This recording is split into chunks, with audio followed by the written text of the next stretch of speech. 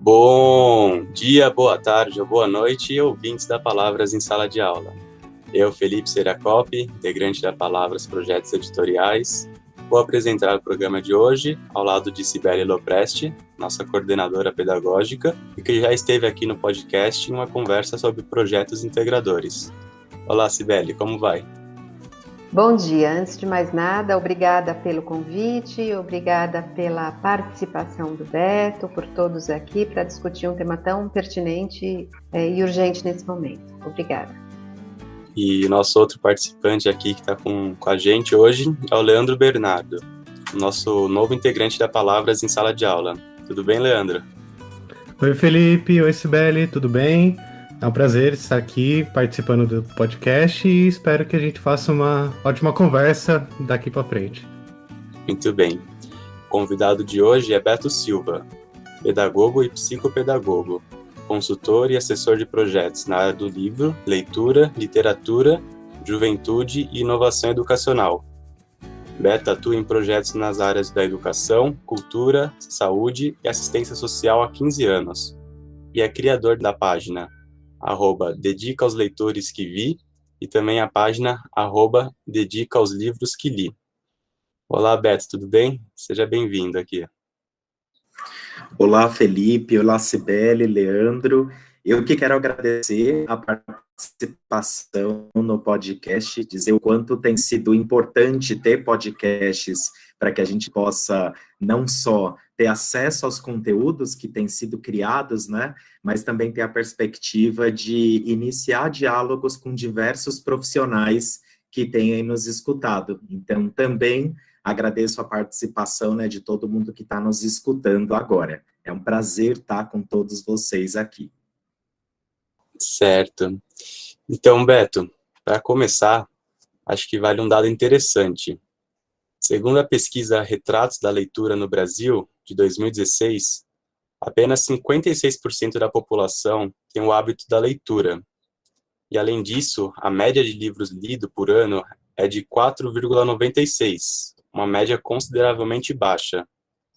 E desses 4,96, metade foram lidos apenas em partes.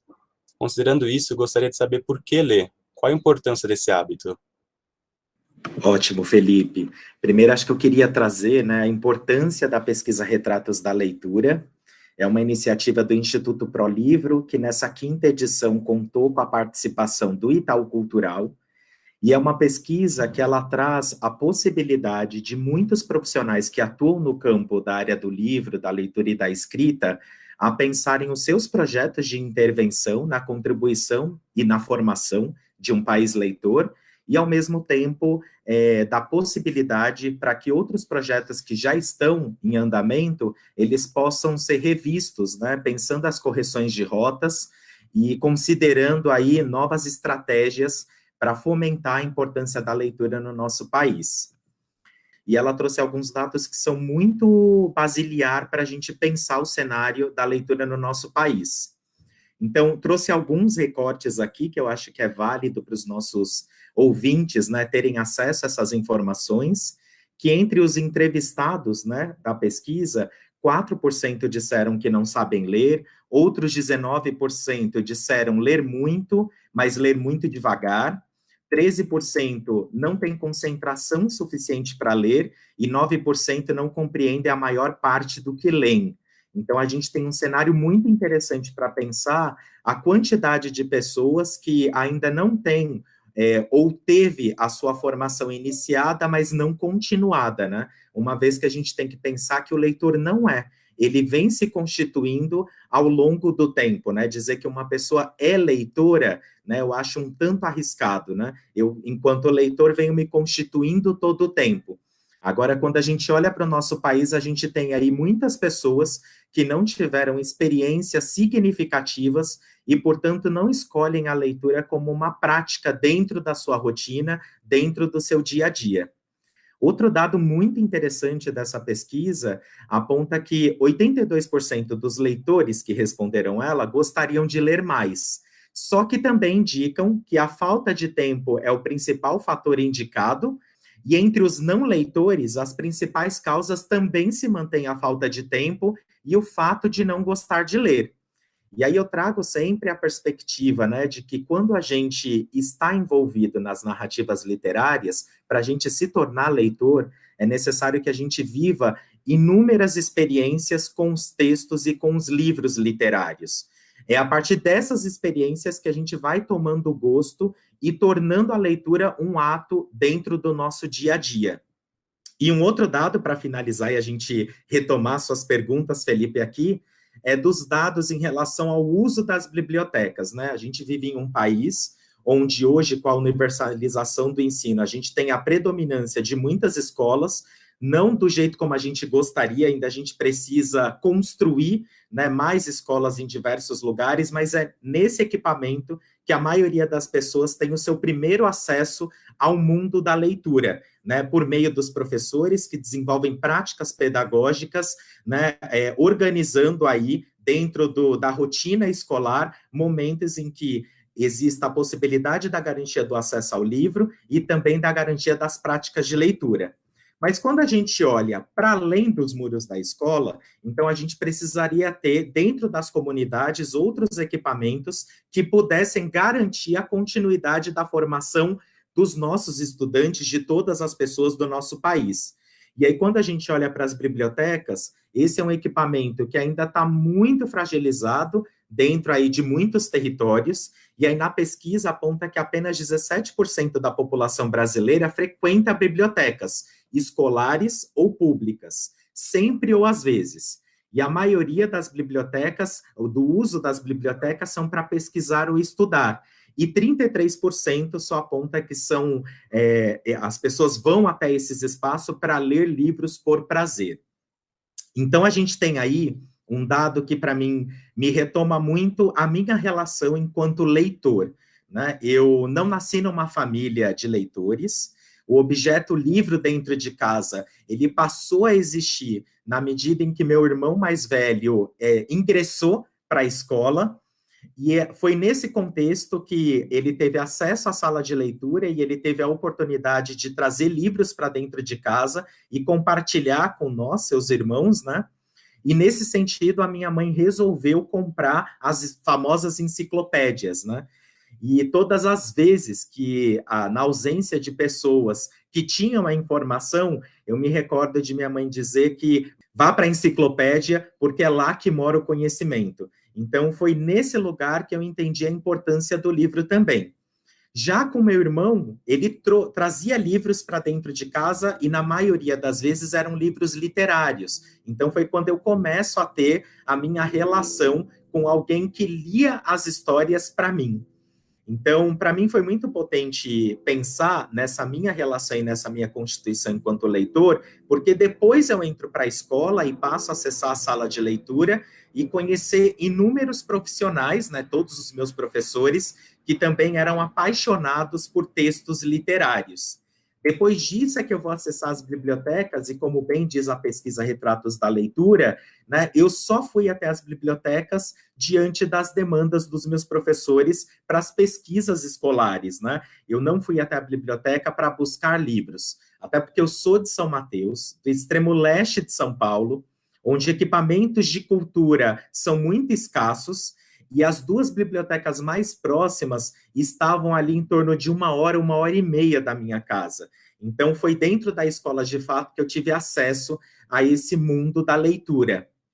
E também contar que, no meio dessa minha construção, eu tive, bem mais para frente na adolescência, né, a possibilidade de conhecer um projeto da Secretaria Municipal da Cultura, que é o Ônibus Biblioteca.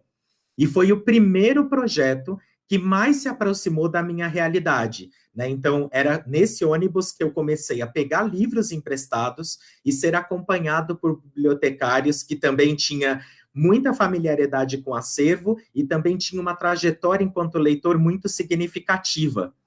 Então, para mim, é esse momento em que eu tenho continuidade da minha formação enquanto leitor, né? Então, do lugar que eu falo, né, pensando aí o território onde eu vivi toda a minha infância e minha adolescência, a carência de equipamentos de cultura não me deu condição de pensar o quanto que o trabalho de leitura dos meus professores poderiam extrapolar os muros da escola. E ainda bem que apareceram esses outros projetos na perspectiva de que eu pudesse dar continuidade à minha formação. Então, imagino que esse não é um cenário meu, esse é um cenário de muitas pessoas espalhadas pelo país. Então, a gente precisa, de fato, pensar, para fomentar a importância da leitura e da prática de leitura no nosso país, considerar a importância da escola como um primeiro acesso, uma primeira via para esse trabalho, mas pensar o quanto que, para além dos muros da escola, a gente precisa ter equipamentos em condições para garantia do acesso ao livro literário e também a possibilidade de vivenciar práticas de leitura. E por que eu digo isso, né? Quando você perguntou aqui para mim, né? Por que ler? Né? E a segunda pergunta é qual a importância desse hábito, né? Então, um menino que mora em São Mateus, que só tem acesso ao seu território e às pessoas que ali residem, como é que eu posso extrapolar e pensar o mundo como possibilidade? Então, foi a partir da leitura que eu tive essa condição, né, de pensar em acessar outras histórias, situações, outros personagens que puderam ampliar as minhas perspectivas e me deslocar daquele lugar, do território onde eu resido, né, a pensar outros territórios possíveis. Então, para mim, foi muito importante ter essa construção desde cedo, né, e pensar o quanto que isso mudou o meu jeito de ser e de estar. E foi por meio da leitura que eu tive essa construção, né, de pensar que tudo era possível e que eu poderia ser protagonista da minha história, conseguir pensar meu projeto de vida e pensar também as minhas escolhas enquanto profissional, né? Eu atuo na educação, mas eu atuo na educação porque, antes de tudo, eu sou leitor e eu sou mediador de leitura. Então, para mim, foi muito significativo ter construído esse espaço. Eu queria fazer um comentário, Beto. A sua fala me tocou profundamente, porque a minha história é muito parecida com a sua. Na minha infância, eu morei no Jaçanã, fui criada no Jaçanã, num período que o bairro era praticamente uma região rural, as ruas não eram asfaltadas, né? Era uma casa aqui, outra lá, era um lugar ainda bastante pouco explorado, né? Quando íamos para o centro de São Paulo, a gente falava que a gente ia para a cidade, porque a gente nem se considerava, né? A gente não se considerava como parte da cidade de São Paulo, do município, né? E meu ingresso no campo da leitura também foi por meio da enciclopédia. E o fato da gente ter enciclopédia era uma diferenciação de status. A gente era considerado diferente porque a gente tinha enciclopédia. A gente era uma referência na rua. As crianças iam fazer pesquisas na minha casa, porque também não tinham acesso à biblioteca do bairro, era longe, não se tinha estímulo algum para visitar uma biblioteca de bairro. Então, a minha casa era o lugar onde as pessoas iam. E ficar folheando aquelas enciclopédias, né, por mais que eu não fizesse a leitura completa dos textos, aqueles personagens todos, para mim, eram personagens, os dinossauros, Então, aquilo povoou o meu imaginário. Então, quando eu fui para a literatura, para o texto ficcional, eu já tinha na minha cabeça um repertório de imagem e de algumas informações que enriqueceram muito o meu processo de formação leitora, sabe? Então, foi um comentário que me tocou profundamente, o quanto que a gente chega por caminhos tortos, mas a gente precisa ter contato com alguma coisa para preencher esse imaginário para a gente chegar lá, né? Achei muito interessante sua fala. Muito obrigada. Cibele, muito legal quando as nossas histórias se conectam, né? Porque você falando, me veio rapidamente uma fresca memória, né, de quando os vendedores vinham até o portão de casa, mas quando também a gente ia até as bancas de jornal para comprar os fascículos, né? E eu vou te contar, e contar para todo mundo aqui, né, um segredinho, né, que quando minha mãe começou a adquirir todas as enciclopédias, eu vou te dizer que era uma alegria imensa quando chegava algum familiar em casa, e a minha mãe, quando abria a porta da sala, né, naquela estante de madeira, que eles viam todos os 24, que era o Dalla Russi Cultural, né, mas a gente também teve a Barça, e minha mãe batia no peito dizendo, a gente é uma família leitora. Mas o segredinho é porque ela nunca abriu a enciclopédia, mas ela sabia do uso que a gente fazia deles, mas eu vou te contar que era lindo ver o dia da faxina da minha mãe, quando ela limpava toda a enciclopédia e ficava aquelas letras extremamente destacadas. Então, para mim, é sempre uma memória muito afetiva sentir o cheiro da limpeza da minha mãe e lembrar das enciclopédias, né? E quando ela se mudou do estado de São Paulo, ela falou, como herança, eu vou deixar a enciclopédia para você. Sim, e aí, na hora, eu disse para ela assim, mãe, eu não tenho problema nenhum de ficar com as enciclopédias, mas é só para contar para a senhora também que o conhecimento já mudou, então tem muita coisa na enciclopédia que já foi atualizada. E aí eu lembro de ela dizer, nossa, como o conhecimento muda, mas não tem problema, filho, daqui por diante você compra as próximas. Que bárbaro! Muito bom. Então, para mim, é muito afetivo pensar que esse foi um livro que, como ela dizia, né, ali que mora o conhecimento, e sempre, na medida que eu fui encontrando outros livros para além das enciclopédias, né, para os livros de referência, mas que eu simbolicamente construí a importância de ter a noção de onde é que eu posso buscar informação. Exatamente. E isso, para mim, foi muito especial na minha formação e na minha trajetória. E acho que isso aí, você, né, Beto e a Sibeli compartilharam, acho que mostra exatamente o que você falou, que, né, que não é um cenário exclusivamente seu, e no Brasil, do jeito que é, gigante, né, muitas realidades são assim. E até uma das nossas convidadas que já veio aqui com a gente, a Georgina, ela falou que o primeiro acesso à leitura dela foi por conta da escola e que hoje ela é uma autora, né, então realmente é um hábito importante, né, da leitura. E na sua fala, você falou um pouco sobre a mediação de leitura. Você pode falar para a gente o que é isso e como ela entra no contexto da importância da leitura? Posso sim, Felipe. E até aproveitar, né, que acho que a gente está num momento muito importante de reconhecer o papel e a importância da escola na vida de tantas pessoas e de todos os profissionais de educação que atuam na formação de todos nós que estamos aqui, que tivemos a nossa formação e que ainda estamos dando continuidade a ela, mas um tanto também das crianças que estão acessando agora a escola e estão descobrindo um outro mundo a partir das relações que esse espaço promove. Então, também eu queria reconhecer a importância desses profissionais, né? Não só nós que estamos aqui, que também atuamos na educação, mas de todos os outros que atuam dentro da escola ou na educação não formal, que têm aí desenvolvido ações muito significativas para a formação, né, de pessoas cada vez mais preocupadas consigo mesmo, mas também com todas as outras pessoas, né? Bom, mediação de leitura é algo que eu descobri na minha adolescência, né? Porque nessa formação enquanto leitor, que eu estava contando para vocês, eu tinha já percebido que se foi tão importante para mim, a partir do texto ficcional, a partir do texto literário, conseguindo enxergar o mundo como possibilidade, por que não oferecer isso para outras pessoas? Por que não desenvolver esse trabalho iniciando dentro da própria escola onde eu estava estudando?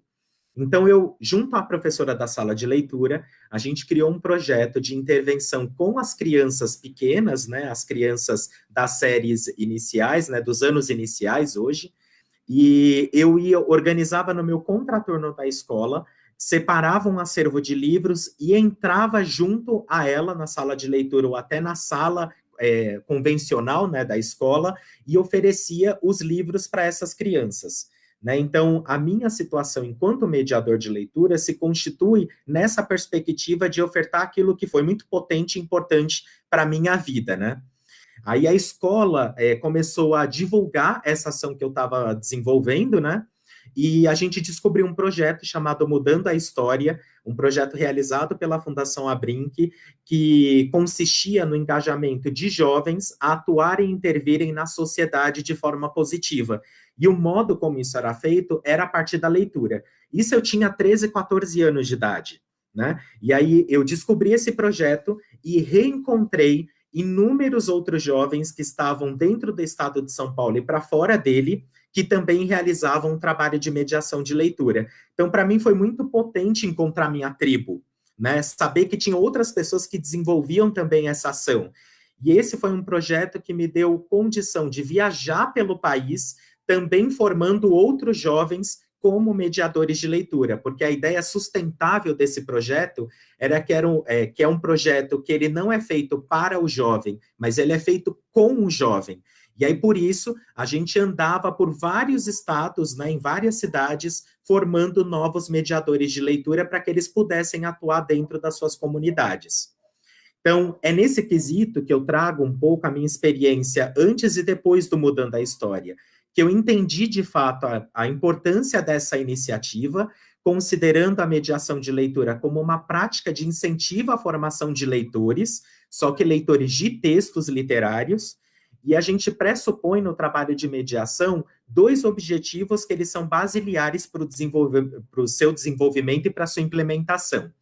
A primeira é a gente garantir o acesso ao livro literário, e a outra é que não só os livros vão dar condição das pessoas se tornarem leitoras, é necessário que elas possam também ter variadas experiências e práticas de leitura. Então, o trabalho de mediação pressupõe no acesso ao livro e na implementação de práticas de leitura literária.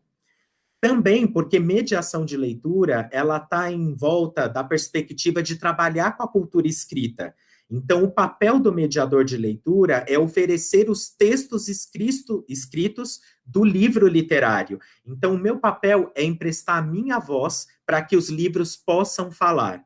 E como o trabalho de mediação não é só ofertar o texto literário, mas é também que ele possa ser constituído a partir do diálogo. Então, dialogar com a pessoa que está escutando o texto a partir do que ela tem de experiência e de histórias para trazer, e também, enquanto eu, mediador, o quanto de histórias que eu posso trocar. E muito da possibilidade da mediação é garantir que, por meio do texto literário, a gente consiga enriquecer, trazendo a vida e a experiência dos nossos ouvintes e que elas possam se conectar e dialogarem com a narrativa literária. Então, a possibilidade de que as pessoas possam viver inúmeras experiências enquanto leitura, a partir do texto literário, a partir da cultura escrita, é o que a gente entende que ela pode, por meio dessas experiências, ir construindo o espaço simbólico da importância e da necessidade da leitura dentro da sua vida. Muito bom. Beto, e em relação a toda essa estrutura da mediação de leitura que você desenvolve, você já falou um pouco, mas eu queria saber um pouco mais, quais são as premissas para ela ser desenvolvida? Como que você estrutura tudo isso? Ótimo, Leandro. A gente tem algumas premissas muito potentes, né, para falar do trabalho de mediação de leitura. Primeiro, porque o trabalho de leitura, quando ele é feito na escola, ele está muito ligado, na maioria das vezes, às atividades escolares. O trabalho de mediação que eu desenvolvo, ele está dentro da premissa da leitura como ação cultural. E como ação cultural, ela está desconectada dos conteúdos da escola, né? Uma vez que não está dialogado com as atividades que a escola promove. E por que isso? Se a gente só fortalece a leitura num viés pedagógico, a gente pode também trazer a possibilidade que a saída do estudante da escola pode também ser o interrompimento dela, da sua formação enquanto leitor. Então, quando a gente olha para a leitura como ação cultural, é pensar a leitura isenta das atividades escolares. E pensar que, talvez, para além das identificações ou das avaliações que o professor precisa para saber se o estudante leu, no trabalho de mediação de leitura, a nossa preocupação não é essa, é que a pessoa possa se conectar com o texto trazendo os seus conteúdos e não dialogar ou não ter a perspectiva de que isso seja uma avaliação que precisa ser respondida para o professor. Todos nós aqui lembramos de algumas situações de leitura que a leitura não é a atividade. Ela, na maioria das vezes, é um pretexto para uma atividade. Então, a gente lê para fazer uma prova, a gente lê para fazer um trabalho, a gente lê para fazer um teatro, tudo isso tem sua importância. Agora, quando a gente desconecta dessa perspectiva, a gente coloca a leitura num outro patamar, que a leitura não precisa ser pretexto para uma atividade, ela é a própria atividade. Então, é importante considerar que a leitura como ação cultural, ela tem uma potência muito grande nos leitores para além dos muros da escola. A segunda premissa é a gente pensar a literatura como direito humano. Uma vez quando a gente olha a importância da literatura na vida das pessoas, e elas precisam entender que literatura tem que estar na cesta básica de todas as pessoas, né?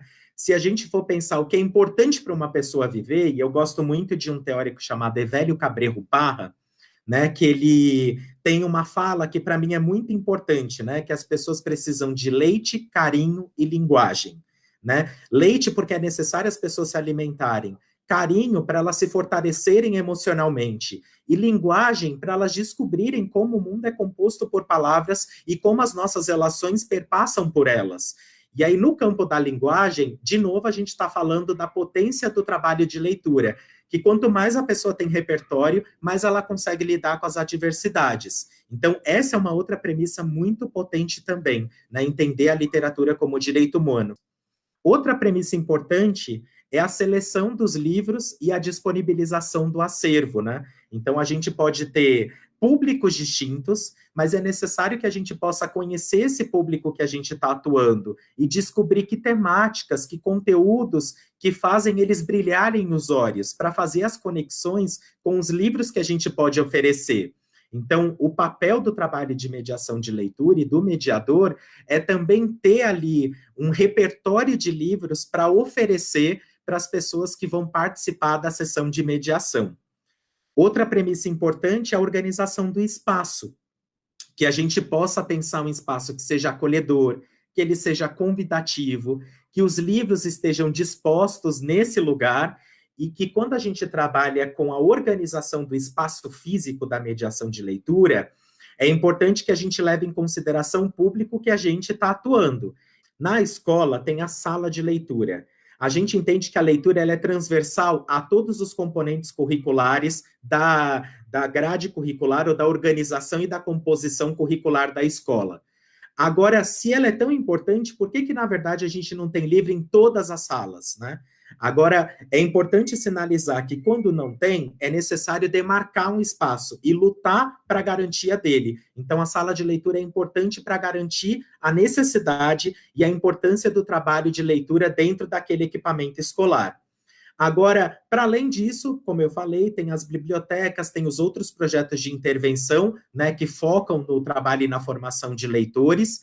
Agora, o que é mais importante é a gente pensar, todos esses espaços são muito potentes, mas o que eu espero, de fato, é que ao final, que cada pessoa consiga construir o seu espaço simbólico dentro da sua rotina, para que ela entenda que como escovar os dentes, como se alimentar, a questão da leitura é muito fundamental para o seu desenvolvimento enquanto pessoa. Então, a gente pode organizar espaços físicos, mas a gente tem que pensar no impacto que é a garantia desses espaços simbólicos que a pessoa precisa organizar dentro da sua rotina e das suas atividades do dia a dia.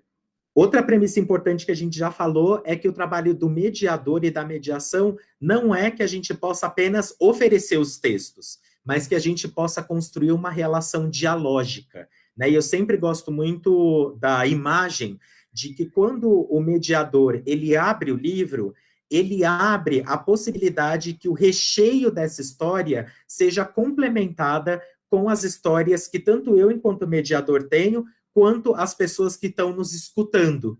Então, é muito importante a gente pensar o trabalho de leitura nesse campo dialógico também.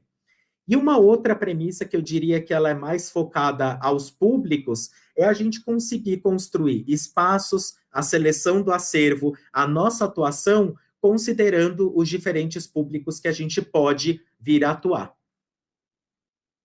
Beto, muito interessante sua fala, e não dá para a gente não lembrar do texto do Antônio Cândido, né, o Direito à Literatura, que é tão caro para todos nós, né, o quanto que esse texto é sempre atual, sempre, ele se renova, né, a cada conversa sobre formação de leitor, sobre mediação, esse texto volta à tona de uma maneira direta ou indireta, né. Enquanto você falava, eu fiquei pensando que quando a gente trabalha na formação de professores, é tão complexo quando a gente chega nesse ponto, porque a atividade de leitura, né, nessa perspectiva que você está colocando, é uma atividade que é muito pouco escolarizada, vamos dizer assim. Se ela for escolarizada demais, ela perde o sentido dessa formação do leitor. para algo que a gente pretende que vá para além do muro da escola. Então, esse é um desafio bastante que se coloca, porque o professor não consegue se desvincular da imagem desse que precisa dar uma atividade, que precisa avaliar depois, que tem um conteúdo definido, e que a fruição, ela se perde um pouco nesse processo, né? Então, esse é um desafio grande. Agora, na tua fala, me parece que está muito claro que, na perspectiva que você coloca, o mediador de leitura, ele não precisa necessariamente ser professor, ele precisa ser um leitor mais experiente. E que essa mediação de leitura, ela não obrigatoriamente acontece só na escola, ela acontece em outros espaços culturais, outros espaços, né? Qualquer espaço adequado ao público, um lugar organizado, os livros à disposição, né? Um encontro previamente planejado, um leitor experiente, mesmo não sendo professor, ele dá conta de fazer isso. E aí eu fiquei pensando, hoje, que é tão comum, sempre foi, né? Porque está na tradição, né? A oralidade, a tradição oral, essa questão da contação de histórias. Então, pensar um pouco, como é que você vê a contação de histórias dentro do processo da formação do leitor, né? E qual a diferença básica entre contação de história e mediação de leitura? Ótimo, Cibele. Bom você trazer Antônio Cândido, né? Viva Antônio Cândido sempre, para a gente pensar aí a importância da literatura na nossa vida, né? Bom, no trabalho de mediação de leitura, quando eu iniciei, eu lembro que era muito comum as pessoas falarem, o Beto é contador de histórias, e eu sempre falava, não sou, eu sou mediador de leitura. Mas qual é a diferença? Você não está contando a história? Eu falei, não conto história, eu leio a história, eu leio o livro. E eu acho que, só para trazer um pouco a diferenciação, mas considerar que, mais uma vez, é necessário muitas experiências para que a pessoa entenda a importância da leitura, né, dentro da sua vida. Então, tem muitas práticas onde isso pode fomentar e potencializar essa formação. Eu trago sempre essa diferenciação, não para dizer que uma é melhor que a outra, porque não é. A mediação de leitura, ela está centrada na experiência da cultura escrita. Então, o papel do mediador é ler. Ele lê o livro, ele lê o texto na maneira como ele foi elaborado, respeitando pontos e vírgulas, mas ele coloca para fora toda a composição que o autor teve no momento em que ele constituiu o texto, né? Então, é importante dizer isso, porque a gente até então sempre questiona, mas por que fazer a leitura do texto de forma integral? Né? Primeiro, porque as pessoas só vão descobrir o universo e a quantidade de palavras uma vez que elas possam acessar. E aí o papel do mediador é, de fato, trazer todas essas palavras numa situação de mediação de leitura, né? Já a contação de história, ela está centrada na cultura da oralidade, e ela tem o seu jeito de funcionar, sua forma e sua organização. Então, por isso que a gente sempre diz, né, que na contação a gente tem, né, um chavão que quem conta um conto aumenta um ponto, né? Então, a possibilidade na contação de você alterar a história também é possível, né? Então, o jeito como a contação se constitui, ela tem a sua importância porque ela vai sensibilizar as pessoas, ela mobiliza a partir das histórias, ela está centrado em um profissional que é o contador de histórias, que ele pode ter recursos variados em relação ao momento em que ele conta, desde o uso de materiais, né, de também trazer um pouco mais uma encenação cênica, né? Também a gente tem os narradores de histórias que eles fazem a narração do texto, né, sem o uso de objetos. Então, as práticas são muito variadas, né?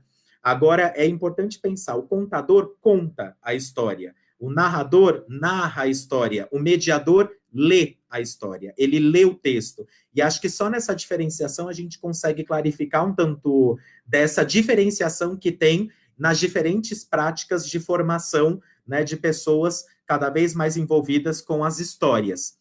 Agora, todas elas são experiências significativas, né? Se eu quero que ao final do meu trabalho de leitura eu tenha uma pessoa com mais autonomia em relação a buscar um livro e a enfrentar o texto de forma solitária ou compartilhada, talvez eu tenha que pesar mais em situações de mediação de leitura. Se eu quero sensibilizar e mobilizar as pessoas às histórias que eu conheço e que talvez eu tenha um público maior, então talvez a contação e a narração de história seja uma prática um tanto mais possível e com maior impacto.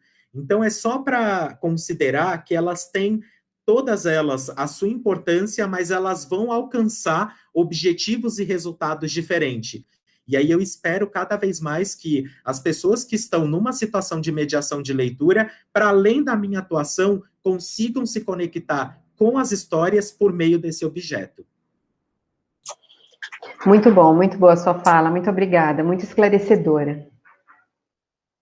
Estava falando, né, e eu acabei lembrando um pouco até de cineclubismo, né, porque não é apenas ir lá ver um filme, tem uma mediação para as pessoas serem, além de algo mais lúdico, passivo, né, para quem está lá também se tornar um leitor mais crítico, mais ativo nesse processo todo.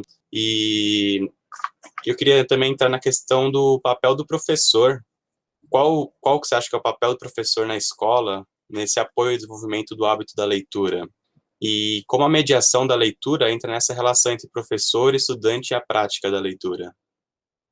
Ótimo, Felipe. Cibele, eu acabei de lembrar um caso, uma situação que talvez traga um elemento muito potente aí para também fazer uma diferenciação da contação e da mediação, que foi um caso com uma amiga, né, que ela, durante toda a trajetória do seu filho, ela contou a história da Chapeuzinho Vermelho.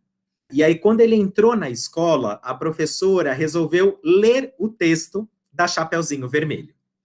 E aí ele ficou muito bravo, porque pela primeira vez ele estava escutando essa professora ler essa história, mas essa história não era dessa professora e não era desse livro. É a história da mãe dele, foi a mãe dele que contou isso. E aí ele, questionado, né, falou para a professora, essa não é sua história, e essa história não é do livro, é da minha mãe. E aí a professora, muito sutilmente, né, disse assim, pois é, pode ser da sua mãe também, mas ela também é minha, ela agora pode ser sua, mas eu quero dizer que essa história, ela é muito antiga, né? E aí, só para você saber que essa é uma história que já está há muito tempo circulando por aí. Aí minha amiga contando que ele, quando ela foi buscar, ele muito bravo olhou para ela e falou assim, mãe, a senhora mentiu para mim, porque a história da Chapeuzinho Vermelha não é sua. A história da Chapeuzinho Vermelha tá num livro escrito já por uma pessoa há muitos anos, pelo que minha professora contou, e ela disse que ela já tinha escutado isso na infância dela também. Aí essa minha amiga falou assim, pois é, olha que coisa, você acabou de descobrir que eu sou uma mentirosa, mas eu vou te contar que eu sou mentirosa mesmo, e a sua professora está falando a verdade, porque quem me contou essa história foi a minha mãe. Então, essa história vem passando de geração em geração.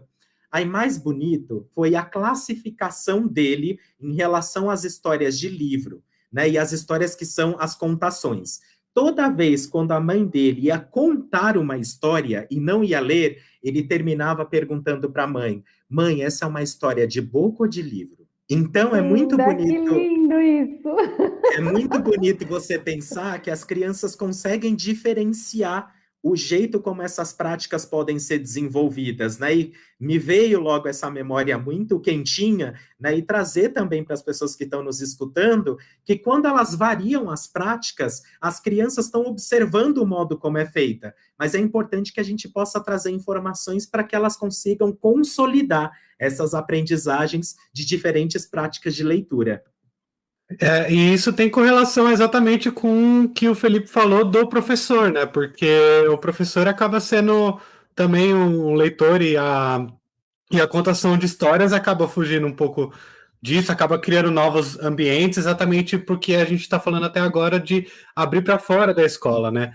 E aproveitando e seguindo a onda, queria também ver, entender melhor dentro da escola como que isso entra além da sala de leitura e da estrutura. Você já contou também que você fazia isso dentro da escola. Como que você vê tipo, agora, atualmente, no seu trabalho de mediação, mas também para fora da escola, como que isso entra dentro da sala de aula? Perfeito, Leandro. Bom, então resgatando aí, Leandro e Felipe, a pergunta, né, que vocês tocam aí sobre a questão do papel do professor. Então, acho que tem uma coisa muito importante, né, que a gente sempre diz, a gente aprende a escrever escrevendo, e a gente aprende a ler só se for lendo, né? Só que a gente tem aí, de fato, uma dificuldade, né, e uma questão muito frágil da formação dos professores como leitores. Primeiro porque a formação do professor, ela parte no quesito das práticas de leitura, né, de uma forma muito tecnicista, né, e pouco vivencial e experimental. Até porque a gente não está falando que é o professor que tem aí uma dificuldade ou não teve uma formação leitora como a gente gostaria. A gente está falando de todo o país e de todas as pessoas que residem aqui. Então, é necessário que a gente tenha uma experiência com os textos a ponto de a gente descobrir as melhores estratégias para a organização das nossas práticas de leitura. Só que isso a gente está falando de professores que, na maioria das vezes, eles recebem as indicações de textos, recebem também o modo como ele precisa avaliar, mas ele não tem uma relação com esse texto literário. Também me recordo de uma professora, né, eu li na adolescência a saga inteira da Vagalume. E eu lembro que com Éramos Seis, eu fiquei muito conectado com aquela história e com aquela mãe, a Lola. E aí eu lembro que a professora me deu, né, todos os questionários, né, com aquelas coisas bem de prática, né, qual o nome do autor, cite os personagens, o enredo, o cenário onde acontece, e eu adorava, e confesso para vocês que a pergunta que eu mais gostava traga a sua interpretação sobre a história. E aí, minha gente, era folhas e mais folhas de almaço, porque eu escrevia de fato tudo o que eu achava e o quanto que aquela leitura tinha me mobilizado. E aí eu lembro, né, de um amigo meu que ele, bem sinteticamente, escreveu: a história conta da mãe Lola, que teve seus filhos e, enfim, bem objetivo.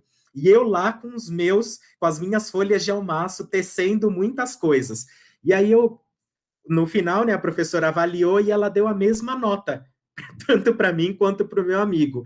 E aí eu não fiquei questionado com a nota, eu fiquei questionado o tanto que eu precisava dialogar sobre o texto, e não era uma nota que eu estava esperando alguém que pudesse me amparar e me acolher com tudo que aquela história tinha me mobilizado.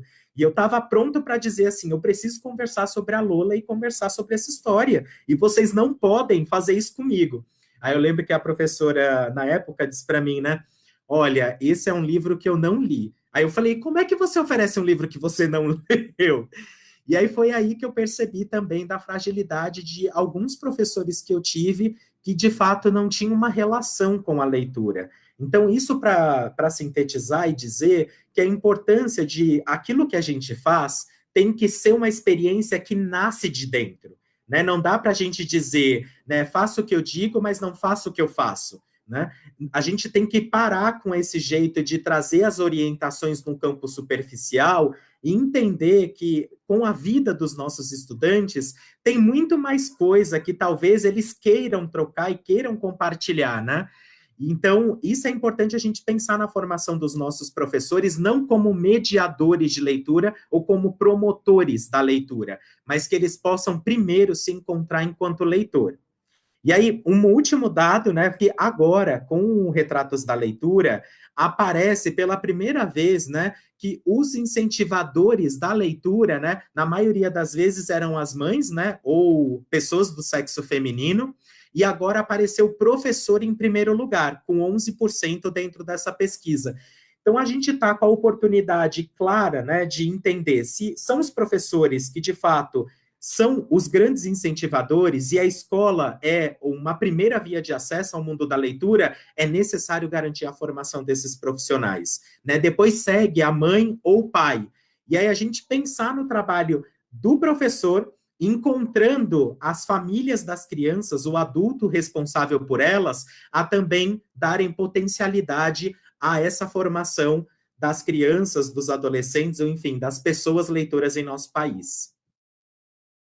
E partindo desse ponto, tanto o professor quanto o aluno, quanto o pai, todos são leitores, todos precisam desenvolver o hábito da leitura e construir essa leitura. E são muitas leituras diferentes. A gente estava conversando, né, Beto, antes do podcast, você, no seu trabalho, com a mediação de leitura como ação cultural, não foca tanto em públicos específicos, mas foca mais em temas, em questões gerais, no que está sendo lido.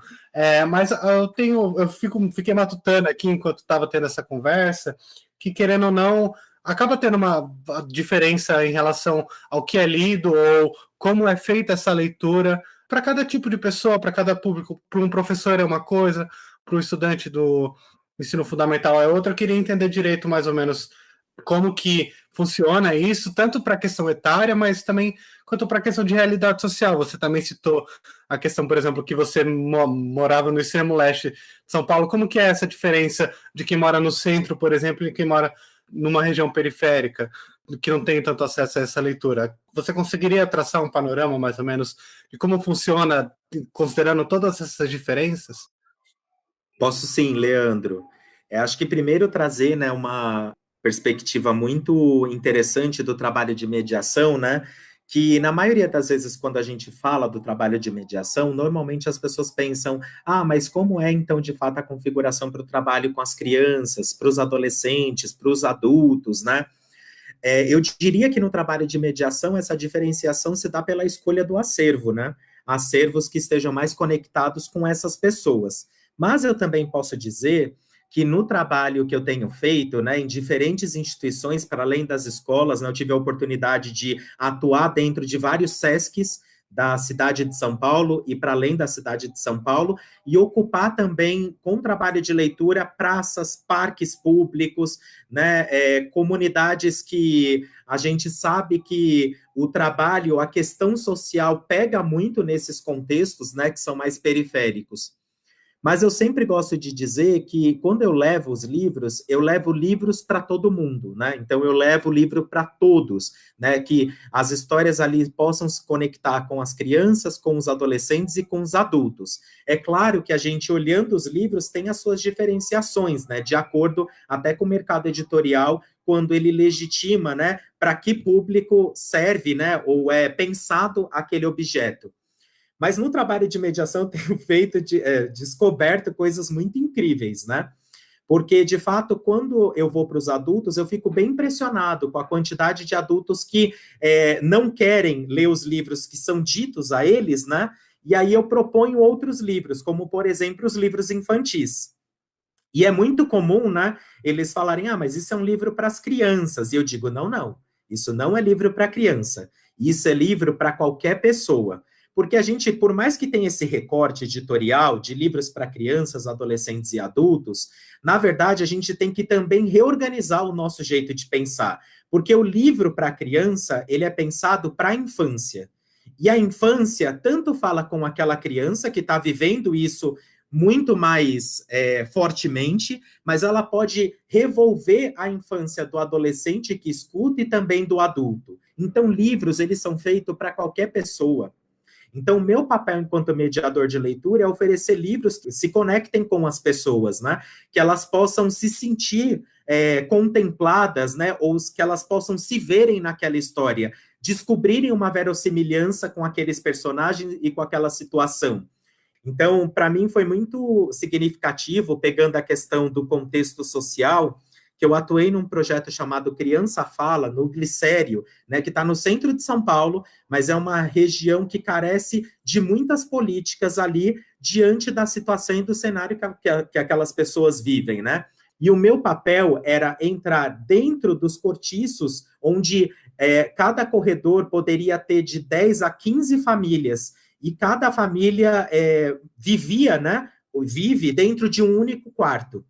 E aconteceu um caso que para mim foi muito significativo na minha vida, que ali no Glicério há muito uma questão das drogas, né?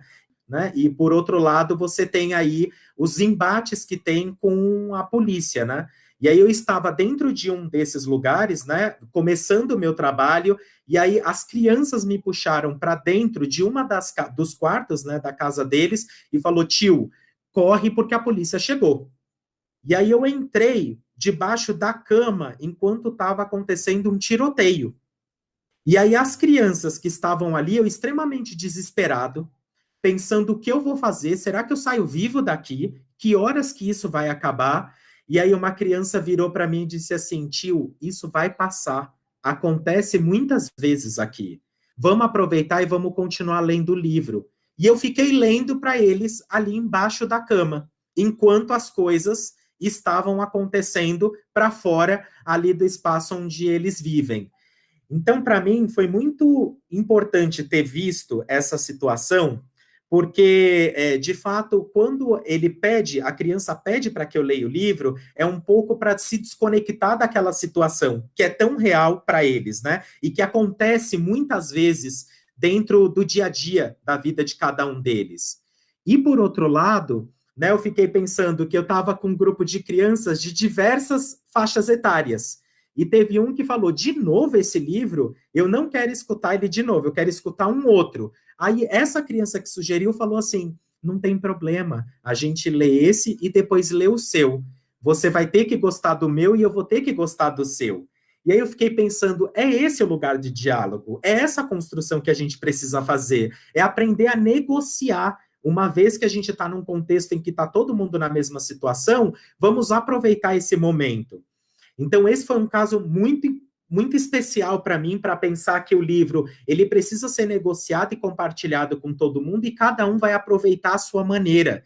Então, foi muito importante pensar o quanto que a leitura deu condição de acalmar todos eles. A gente, no meio dessa discussão, negociou como ela poderia acontecer, a partir dos livros e dos interesses de cada um deles, e o que foi mais especial, a gente saiu daquele contexto e focou nas narrativas e na trama ficcional para sair daquilo que a gente estava vivendo naquele momento.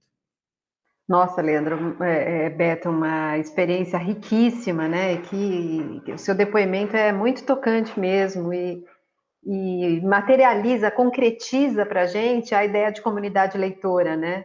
De compartilhamento de sentidos, né? Como juntos a gente constrói um sentido para o livro, para a vida. É muito interessante, muito. Agora, enquanto você falava, eu não pude deixar de pensar nesse contexto que vivemos da pandemia, né? Porque essa comunidade... Queridos ouvintes, sabemos que a conversa com Beto está sendo muito legal. Entretanto, ela acabou durando mais do que imaginávamos.